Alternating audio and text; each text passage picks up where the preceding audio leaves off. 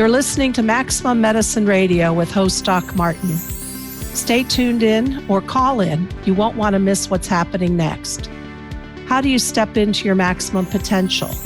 How do you connect your spiritual drive with your physical path? Stick around as Doc Martin takes listeners on a journey through the seen and unseen, the accepted and the unbelievable. Get ready to meet the maximum you the world needs on Maximum Medicine Radio with Doc Martin now. Hi, everybody. I'm Doc Martin on Maximum Medicine, and our guest today is Dr. Nick Mather. And I invited Nick because he runs his own podcast called Rebel Spirit, and he's always meeting these interesting people, and he's all about religion and spirituality. So, hi, Nick. Thank you for coming on board. Well, hello. Thank you for inviting me. I'm very excited to be here today. Thanks. So, once upon a time when you were studying and you went and got your bachelor's and then your master's and then your doctorate, you were drawn to philosophy and religion. Can you explain how or why you would be drawn to that? Sure. I actually began in journalism. I spent about 4.5 years working for a small family-owned newspaper in Colorado, foothills of Pikes Peak. But during that time, I did a lot of reading, and a lot of my readings pushed me towards spiritual things. Like I was reading J.D. Salinger, for example, and that led to an interest in Vedanta and Buddhism. I was also introduced to the work of Joseph Campbell at that time, as well as Carl Jung. I had taken a mythology class at a community college, and it was absolutely horrible. It was dry. All the life was sucked out of it. But I eventually realized that journalism was not really the path for me. So I quit my job, sold everything I owned, left the country for a while, did a bike trek through Italy and France, and made my way to England, and eventually ended up in Denver. And it was when I was in Denver that I went back to school, and I got into philosophy because I really wanted to know about the world. I always saw philosophy as sort of the architecture. It's the ideas that construct our reality. So I wanted to know more about that. I saw my second semester a course being offered, Myth and Symbol. So I signed up for it, and it was everything I wanted. Absolutely everything I wanted. The professor was Dr. Sharon Cogan. She has been on my podcast a few times.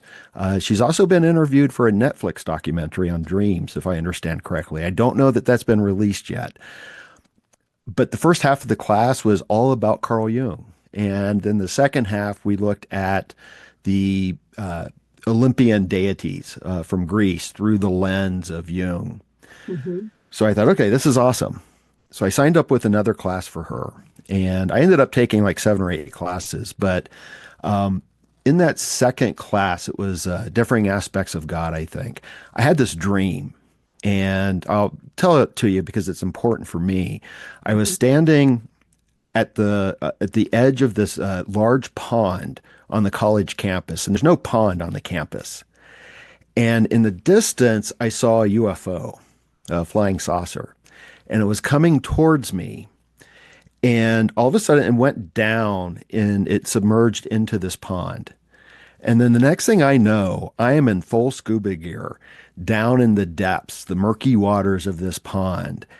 And this craft approached me, but at this time it was just a ring of golden lights. Mm-hmm. And I reached out and I touched it. And that was the end of the dream. That's when I woke up. And I always tell people that waking up from that dream, I felt like I had been whacked upside the head with a 2x4. I knew exactly what I wanted to do, and I wanted to pursue religious studies. So after my philosophy degree, I pursued a master's degree in religious studies at the University of Denver. I spent a year in a joint doctoral program there, but ended up moving to California and eventually found my way to the California Institute of Integral Studies, where my program, I'm kind of have my feet in two. Technically, I graduated from their philosophy, cosmology, and consciousness program, but I am an honorary member of their ecology, spirituality, and religion program. Mhm. Um, and that's sort of my main emphasis is, I've got a really good background on like the history of religions and comparative religion, comparative mysticism, but my heart's really with what I would call eco-spirituality. So I was just recollecting as you were talking, one of the things I love about Joseph Campbell is it doesn't matter what story is told, Mm. you can find a corollary in so many different cultures. Yeah. And and that oneness of humanity has always won me over. Mm.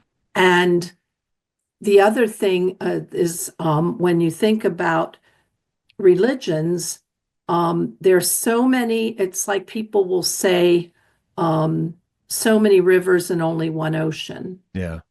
Um, that you're all reaching, everybody's reaching, searching, working their way towards the same, even if the details are different, Right. it's the same yearning that we all have. Yeah. And I mean, every time I hear anything about Carl Jung, I'm thinking to myself, what an intuitive and tapped in person he was. Yeah.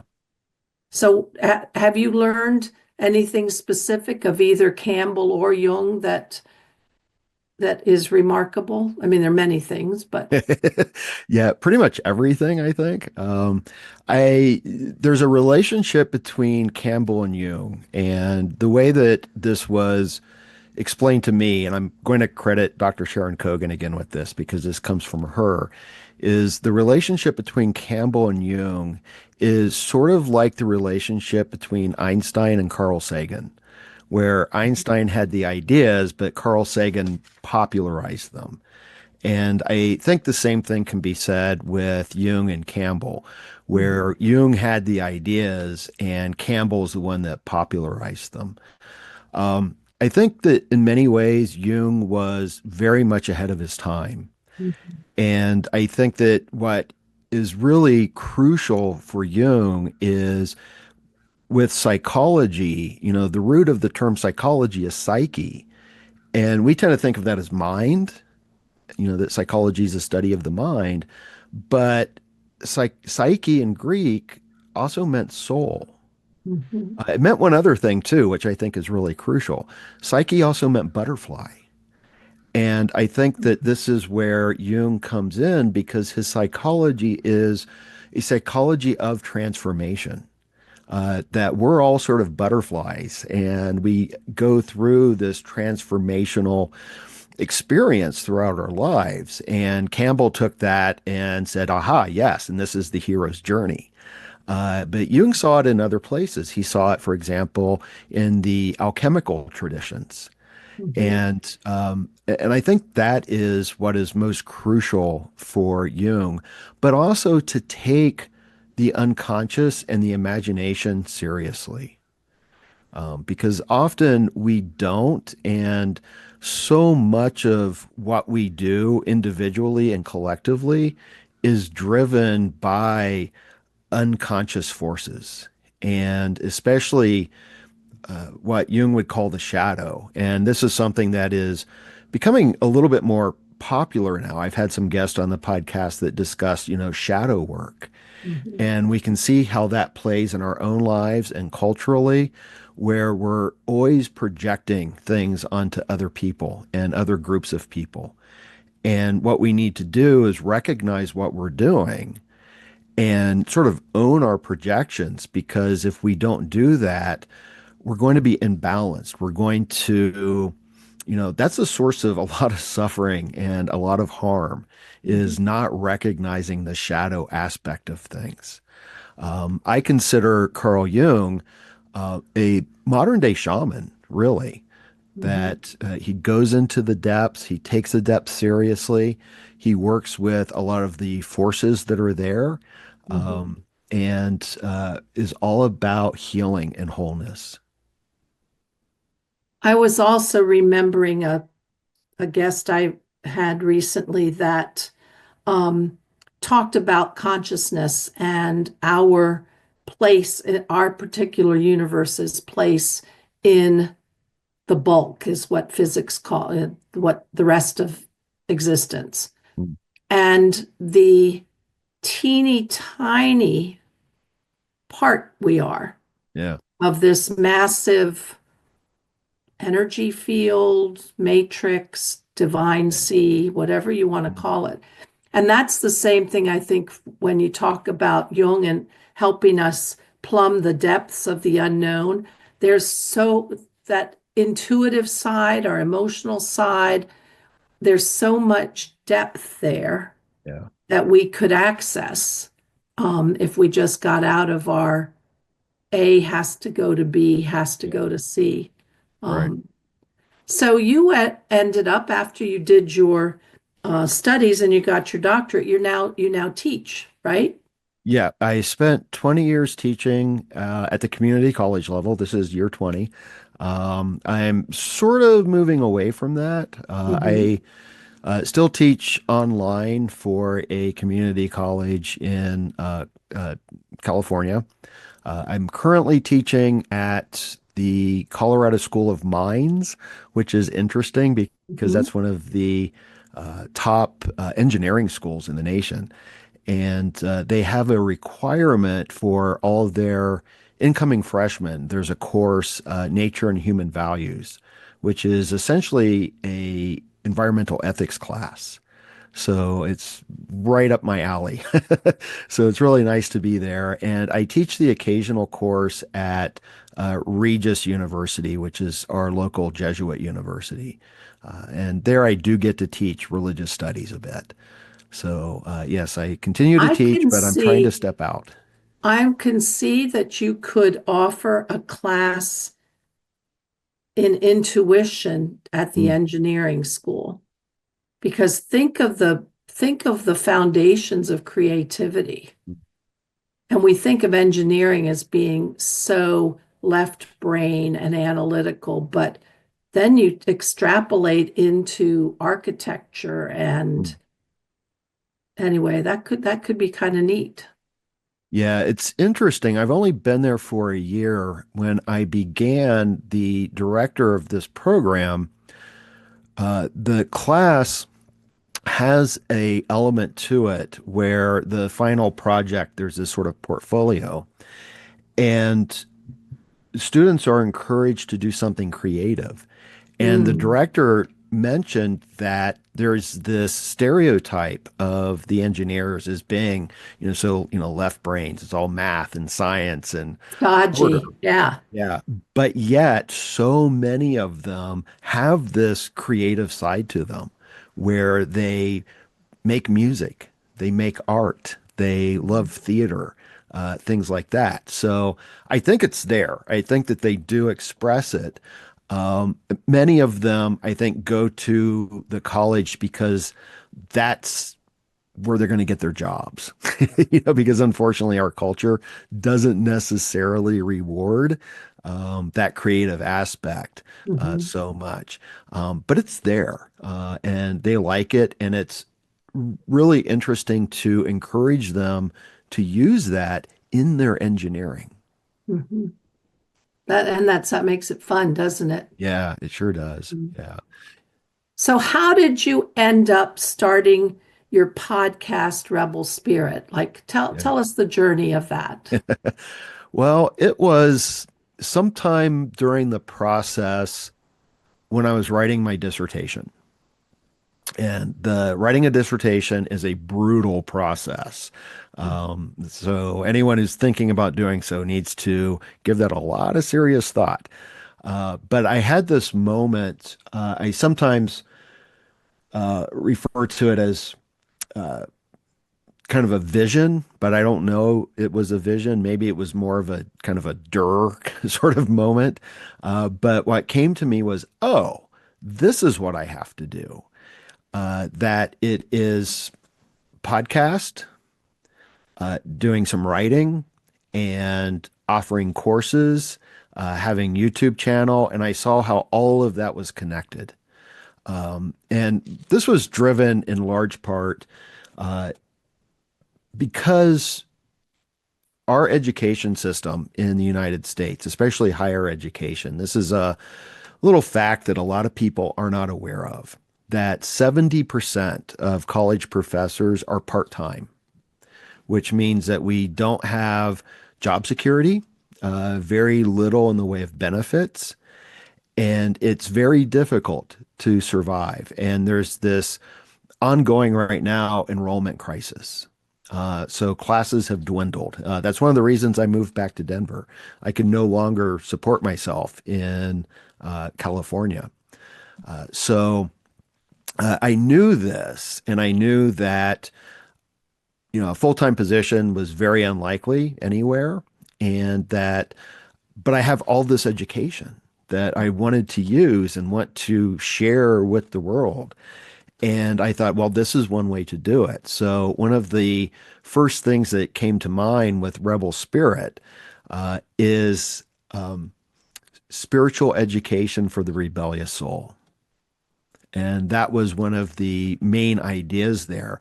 I also wanted to be able to offer credible information to people. I notice online often that there's a lot of bad information. Mm. And I think that people are very curious about their own religious traditions. They're also curious about traditions that they've left behind. They're curious about, well, where do I go if the tradition I was raised in doesn't speak to me? And I think that it's really important, especially that historical aspect, because people don't know. They don't know the history. Often they don't know the history of their own traditions. They get what the churches might say, but the rest of it's a little bit of a mystery to them.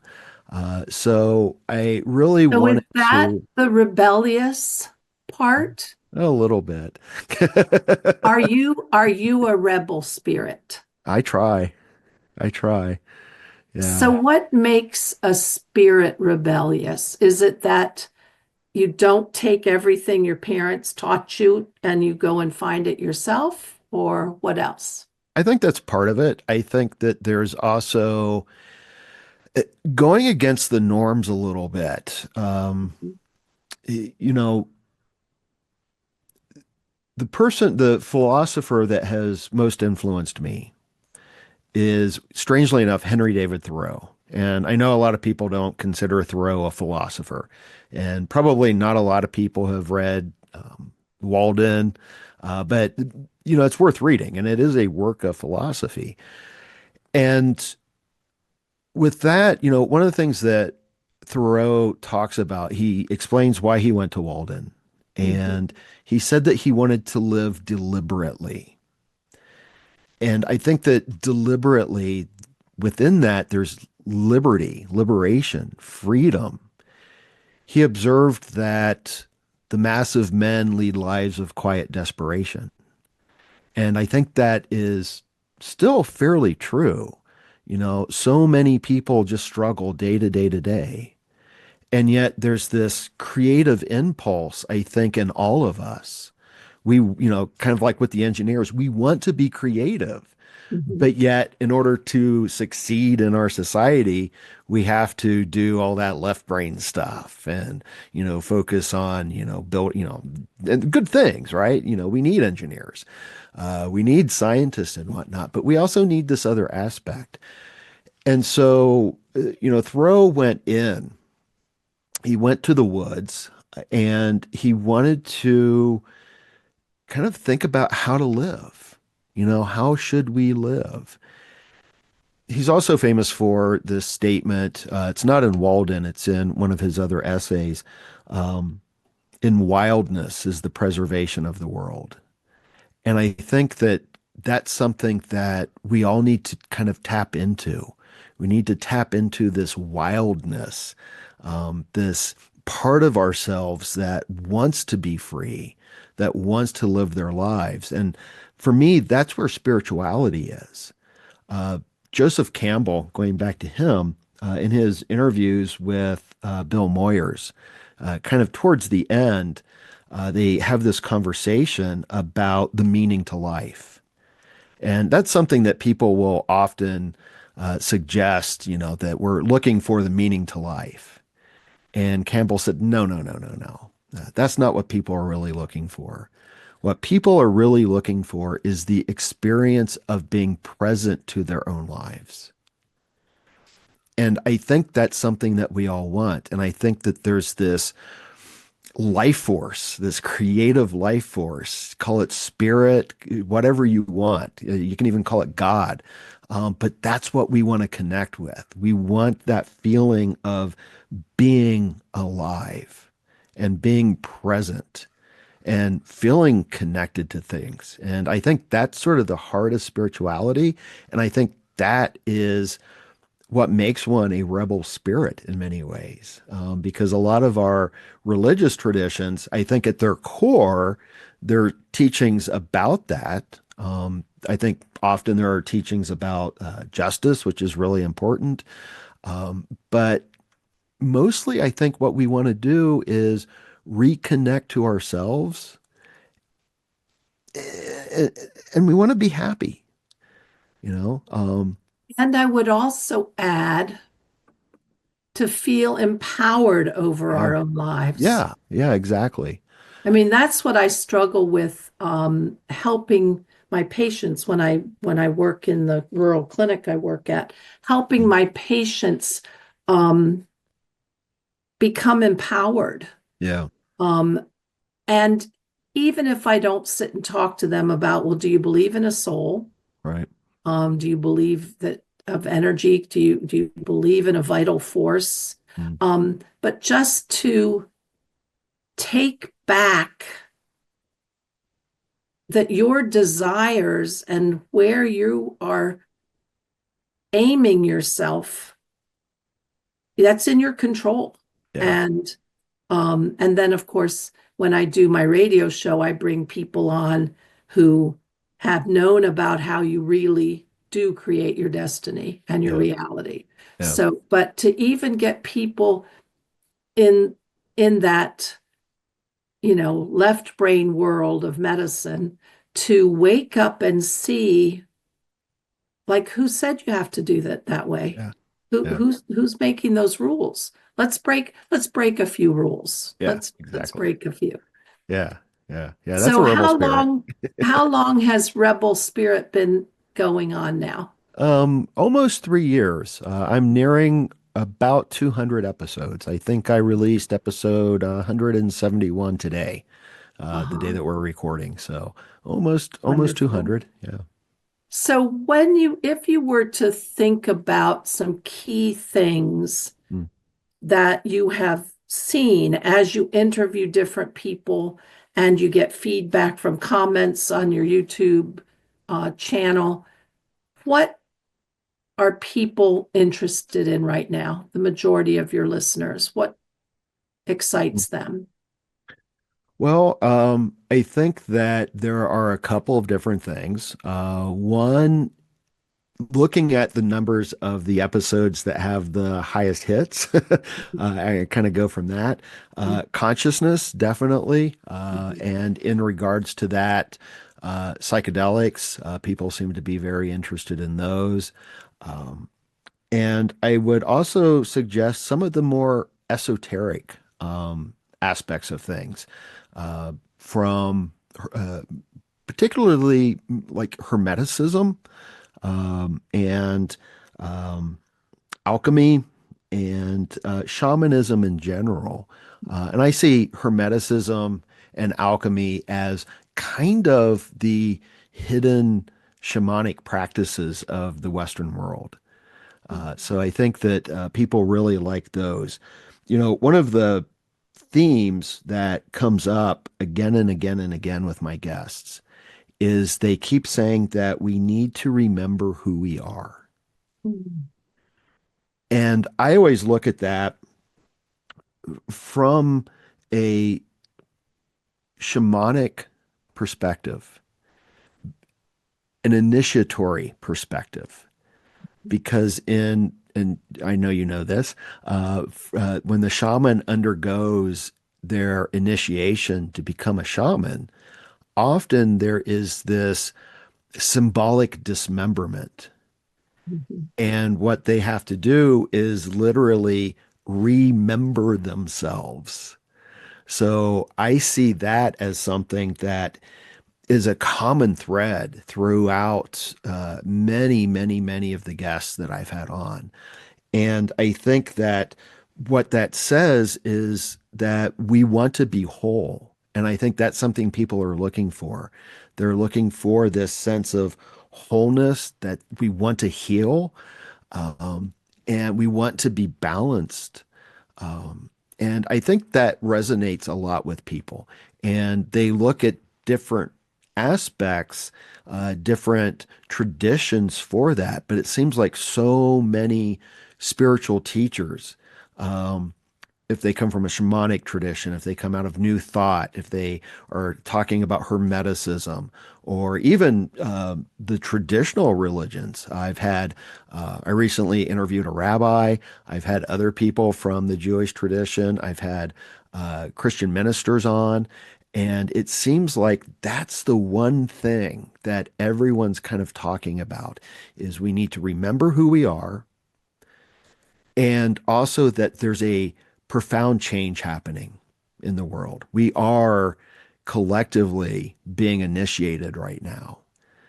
And I think the thing to remember with some of these initiations is initiation is not easy. I was going to say that's a rough go. It is. Mhm. And there's much cursing and gnashing of teeth. And sometimes people don't make it out. There have been some traditions where people do not survive the initiations. Mhm. But it seems like it's something that we have to go through collectively. And I think we're also going through individually. And so I think that people are looking for, I think a lot of people sense that and they Mhm. recognize it.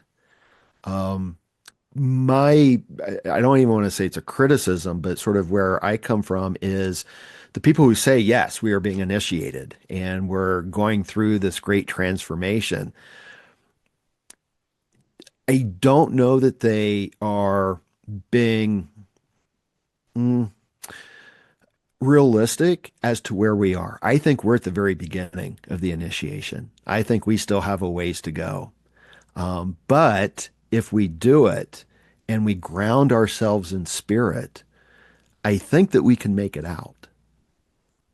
I So think my we, teacher, one of my teachers, Alberto Violdo, yeah, would teach us, we are the ones we've been waiting for. yeah, yeah, So not only do we want to be balanced and whole, but we want to, at some level, I think everybody wants a good future. yeah. And I see my work when I do my radio show. Yes, it's about healing, and it's about the fact that healing can occur outside of the medical model. But it's also about, I don't talk about this a lot, but I've been reflecting on this. And in my spiritual community, we talk about this often, is the indigenous were great dreamers. Mm, yeah. And their spirituality was such that they literally dreamt of, envisioned, projected, and intended the future. Mm, And for humanity, the Aboriginals were probably the most that we know well enough, but we don't have that ongoing dreaming of humanity. right. Um, and so I like to have my shows not only talk about our personal healing, but also once you are healed and once you tap in to remembering who you really are, then how are you going to change the world? Yeah. How are you going to bring forth the future we all want? We can lament. I can look around right now and find lots of things to be unhappy about. Right. How can we're humanity. How can we change it? How can we get what we want?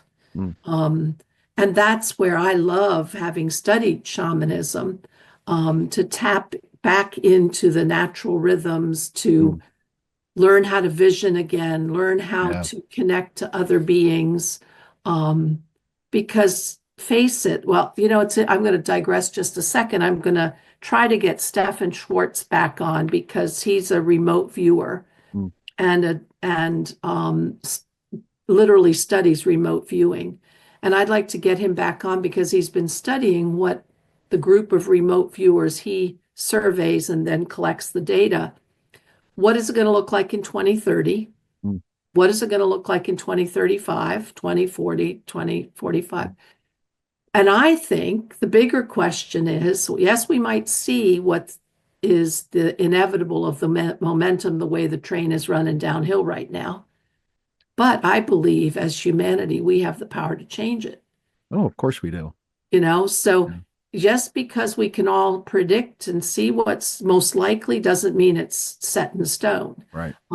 So and that's what I like when um, talk to you and you're doing this and pulling together all of these pieces of our lineages, Mm, the stuff that's, biologically imprinted, genetically imprinted, energetically imprinted in us to bring forward. Um, and I do believe energetically, our ancestors are guiding us. mm, You know, yeah. Yeah. Ancestors is a huge topic on the podcast as well. I'll Uh, bet. yeah. Yeah. Yeah. The way I look at this, it's sort of my approach is I kind of go back. I'm really grounded in several different areas. I mentioned Thoreau, but also for me, I think that we've had the answers for a long time and we've forgotten them, and that's something else we need to remember. And for me, a lot of it goes back to the beginnings of Greek philosophy, and the idea of the unexamined life is not worth living. Socrates is a rebellious spirit. But for me, I kind of am an Aristotelian. I like Aristotle's idea of virtue. And I think that that is something that we desperately need again. We need to think about who we are. What kind of people do we want to be? Mm. And imagine, uh, you know, Aristotle talked about virtue, right? And these are the beneficial character traits. And the reason that we need to be virtuous is to achieve what he referred to in the Greeks called eudaimonia, which used to be translated as happiness. But the word now is being translated more as flourishing. But the literal meaning of eudaimonia is a good daemon. And I like to translate that as a good spirit. So we need to be, I think each of us need to be the best that we can be.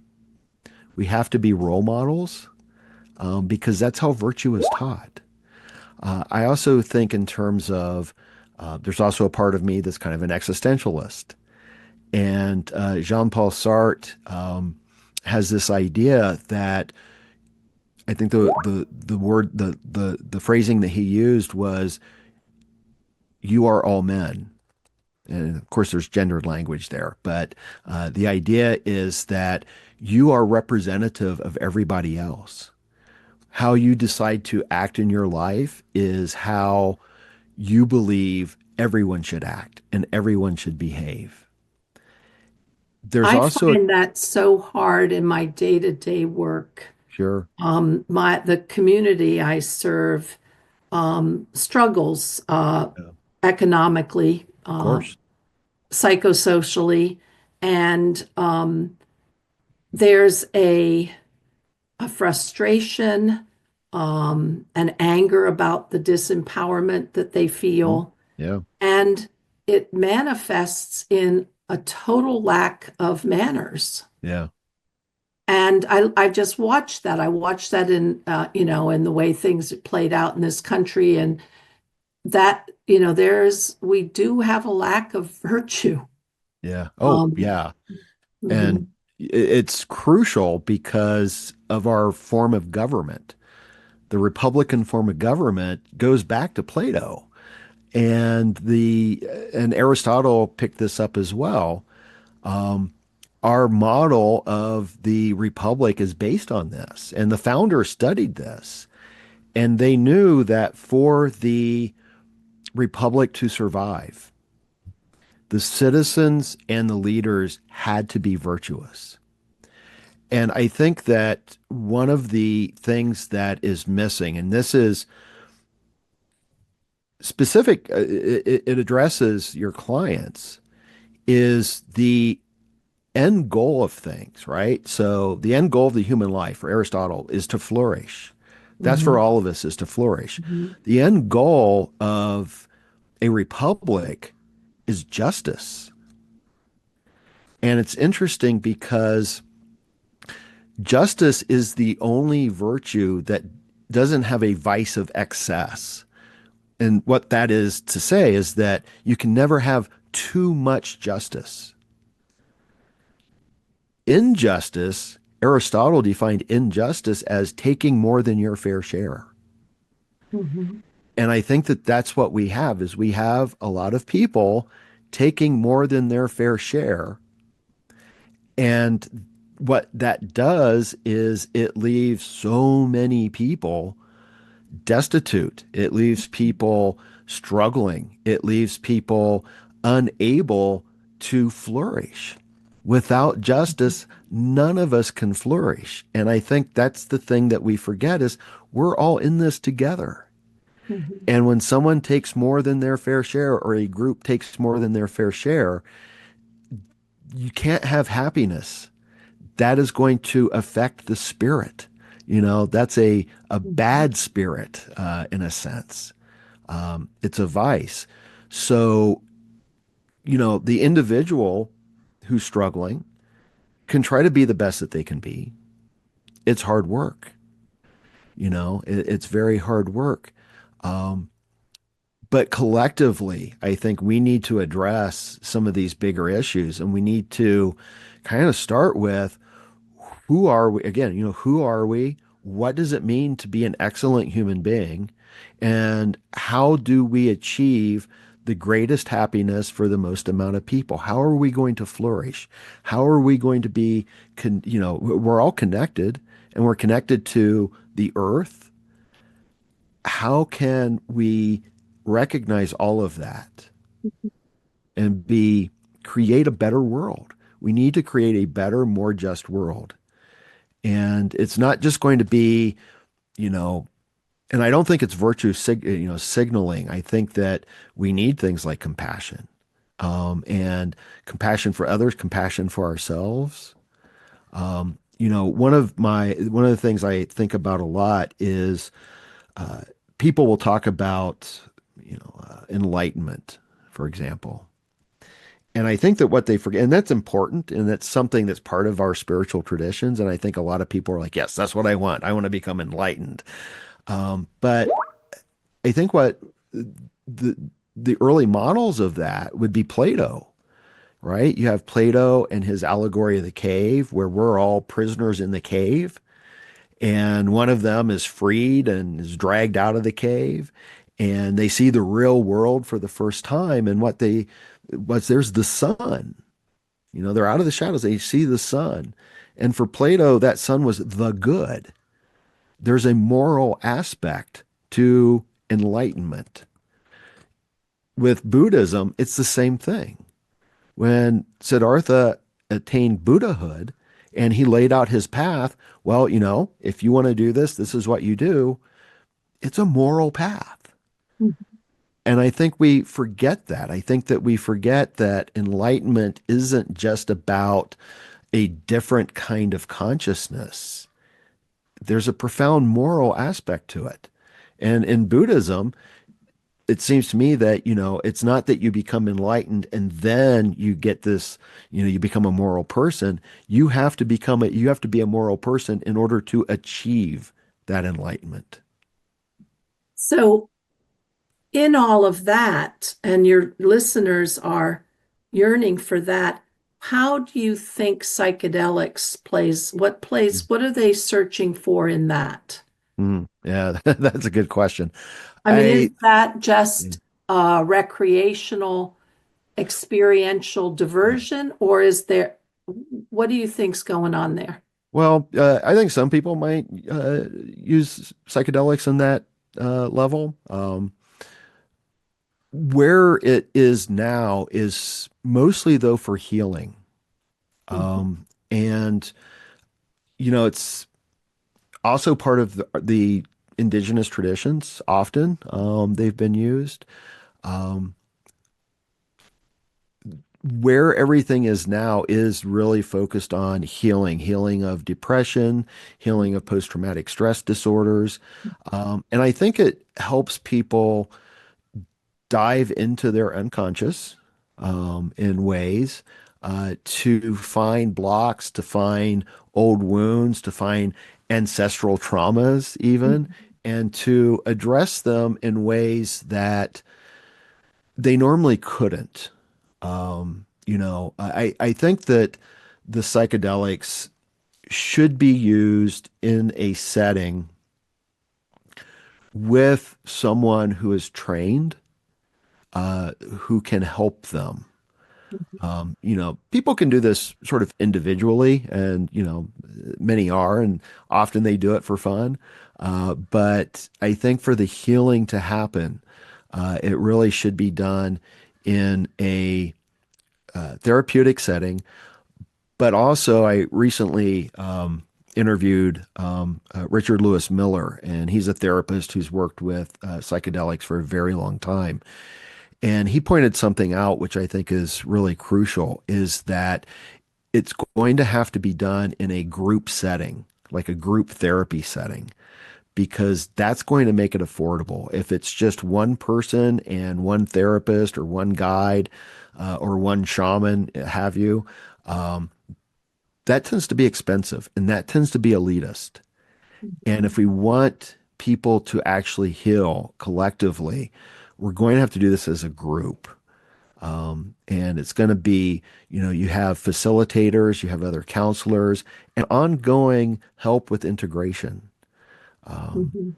so I think that And the other thing I think, the value, yes, if you don't have guidance to be able to take this otherworldly experience and then anchor it back in today's reality, yeah, that's the big step. You can yeah, get yourself a little lost. yeah, for sure, Um, for sure. but the other thing that I think is so valuable and what I loved about my shamanic training is that ability to go to journey outside Mm, my boundaries, my right. individual boundaries, and taste the expansive, Mm, amazing, incredible world, yeah, unseen world. And even in that, even if that wasn't good enough, find helpers there, yeah, yeah, because that to me was my biggest thing. And I say this often, I'm going to sound like a broken record, but when you have suspicion and mistrust growing up and anxiety, and you're learning to stabilize yourself, to ground yourself, to taste that expansiveness and to mm, find helpers in the unseen world, right. whether they're nature beings, Yeah, angels, magical kingdom, there is for me, a restoration of faith, yeah, a restoration of my trust in my place in the world. yeah, yeah. I think that with the psychedelics, it's opening up our understanding. It's they're definitely a challenge to the materialistic, the reductionist materialistic universe. Mhm. And it's nice to see that paradigm being challenged. And where I am and where a lot of people are heading is instead of matter being primary, consciousness is. Mhm. And when you have consciousness as being primary, that opens the door to other consciousnesses. It opens the door to plant consciousness. It opens the door to, um, spirit helpers, other guides. And I think that that's why a lot of people resist it is because they're like, oh, no, no, no, no, we want to keep that out. Mhm. But I don't know that we can. I don't know that we can keep those out. Um, and I think that that's one of the ways that psychedelics can actually help is, it's chipping away at that paradigm and it's opening the door to something else. And I think it's also important that these are not one and done things. You can't find your healing just by taking one dose of ayahuasca or uh, psilocybin mushrooms. I think that what has to happen is not just to have, your shaman, your guide, your therapist there, but you have to learn how to create a relationship with the medicine that you're working with. Mhm. And that entails in creating a relationship with the plant if you're using a plant medicine, because the medicine itself will guide you. And to have the courage to deal with your shadow stuff Oh yeah, when these sources of medicine give us awareness as to our, I won't say flaws, I'll say challenges. yeah, Mhm. yeah, yeah, for sure. So how would you suggest to people, like, how can we be more resilient? How can we thrive more? How can we flourish more? Mm, From all your studies and your teachings of young people, yeah, well, that made an assumption that all your students were young, but anyway, um, most of them, how, yeah.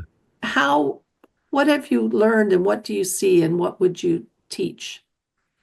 Again, I would kind of ground it in self-examination. We have to question ourselves and we have to ask a lot of questions of everything. I think that is absolutely crucial. I also, again, think that we need to try to be good people, and we need to try to develop that as a habit. That's the whole idea of virtue is that you make it a habit. You Mhm. can't just suddenly be courageous. You're only going to be courageous if you have instilled that into yourself, right? You Um, know, Stephen Schwartz, well, he has a book on being a change agent. mm, Um, but he says this, and I'm paraphrasing because I'm not sure I'll quote him correctly. You have to make the quotidian decision mm, that every one of your choices, if between A and B, you pick the one that promotes the most well-being. yeah, yeah, yeah, absolutely.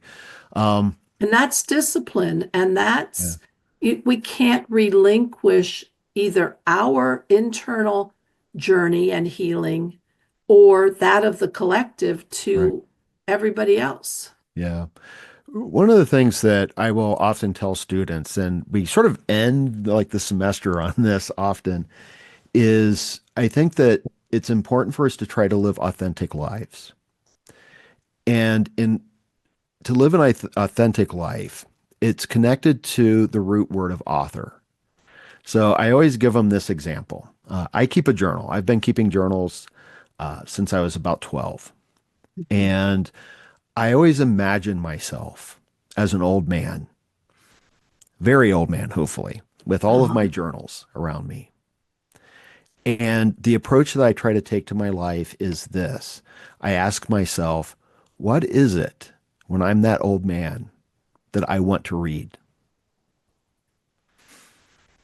And I think that if people took their lives like that and recognized that they are the authors of their own lives, that they get to to say who they are, what kind of person they are, that gives a lot of power, and Mhm. it gives a lot of creative power. And we can also begin imagining, likewise, what do we want? What future do we want collectively? What story are we going to collectively write for humanity? Mhm. I sometimes have one or two sort of things that are corollaries to that. If I'll say, like a patient is struggling with some kind of dynamic in their family and trying to get them to see a different way of being and say, okay, so let's just suppose you died and you went up to the pearly gates and St. Peter says, well, why should I let you in? Mm, yeah, What are you going to say? Are you going to say because, and mostly this is older women who are struggling with the fact that they have caretaken everyone yeah, and never themselves. right. And you're going to say to St. Peter, well, I took care of everybody. And he'll go, okay. So, you Yeah, know, um, that kind of um, recapitulation of your life to what is it that you want to, what legacy do you want? And right. the other thing is, I happen to believe in a soul. I see it as an energy form, but Mm, I don't want a black mark on there when I die. yeah, I want to do everything I can to be squeaky clean. yeah, Well, sometimes you're blind to the things your character challenges, so you might not see them, but I don't want to have a fight with one of my siblings that goes on and on and on. I don't want that black mark. And right. especially if you believe in reincarnation, I don't want to have to come back and do this damn thing over again. You Right. know, I Yeah, mean, life is not always easy. right. Um, so I certainly don't want to come back and do the hard parts over Yeah, again. Other hard parts maybe, but anyway. So yeah. we have about maybe 2 or 3 minutes left. Hmm. What would you tell people other than how to find your show? Let's make sure they know that. Yeah. And then what sort of words of wisdom? Oh, words of wisdom. Geez, I don't know. Uh, I don't know how wise I am, if I'm wise at all. I think that that's something that maybe I would do is say to, and again, this kind of goes back to Socrates, and this is how Thoreau writes it, is he says, we need to remember well our ignorance. I Mm, think that we need to remember that we don't know everything and that we need to be open to learning new things and to looking at things from different perspectives, even. That's a good practice is, you know, if you're, super liberal, go check out super conservative news and see how they think. And if you're very conservative, go and look at liberal news. If you're Christian, look at something from a perspective of a Hindu or mhm, from a Muslim. Expand the worldview and remember that we really don't know much of anything at all. You had mentioned, we're just kind of like this tiny little speck in this grand cosmos. And so I think humility there is really good. Um, Was it Alan Watts who wrote The Wisdom of Insecurity? Maybe, yeah, I'm not sure. Yeah, that idea that the wisest place to be is the place where you know nothing. Yeah, yeah, Mhm. yeah. Well, that's what And that Socrates that said. ability to challenge your beliefs Yeah. because they really keep you in a box Oh, yeah, and they really limit you. yeah, yeah. I tried that for a long time. Like, I just don't believe in anything. I'm just gonna see what's there. It's Mhm. hard to do that, It's hard um, to do that. but I think it's worthwhile. Um, but yeah, remember well your ignorance. Mhm. The only thing I know is that I do not know, as Socrates said it. Mhm. And as far as finding me, I'm all over the place. I've got my YouTube channel, which is YouTube/Rebel Spirit, Rebel Spirit Radio. I'm on Facebook. People can find me just under Nick Mather. There's also a Rebel Spirit Radio page. I'm on Instagram, Threads, Blue Sky, Patreon, patreon.com. Mhm. Substack. I've started a Substack. There's Oh, not much cool. there. Good. Make sure you send me the link to do that. Yeah, That'd be yeah, cool. yeah, yeah. Well, we're going to close up now. Everybody, this is Dr. Nick Mather or Mather? My family pronounces it Mather. Everyone else in the world pronounces it Mather. Oh my. So he's here. He is exploring philosophy, religion, spirituality. He knows a lot. Follow his stuff, Rebel Spirit Radio. Watch his podcast. Nick, I'm so happy you were here. I had such a great time talking with you. Yeah, well, Thank you. thank you. I really appreciated the invitation, and it was wonderful to reconnect. Yes, thank you. You've been listening to Maximum Medicine Radio with Doc Martin. Tune in next time while the doc talks health, spirituality, and the impact your beliefs have on every part of who you are, body and soul. Doc Martin unpacks the challenges we face as human beings and teaches callers to open the door between the scientific and the mystical. To learn more about Doc Martin and Maximum Medicine, visit www.sharonmartinmd.com.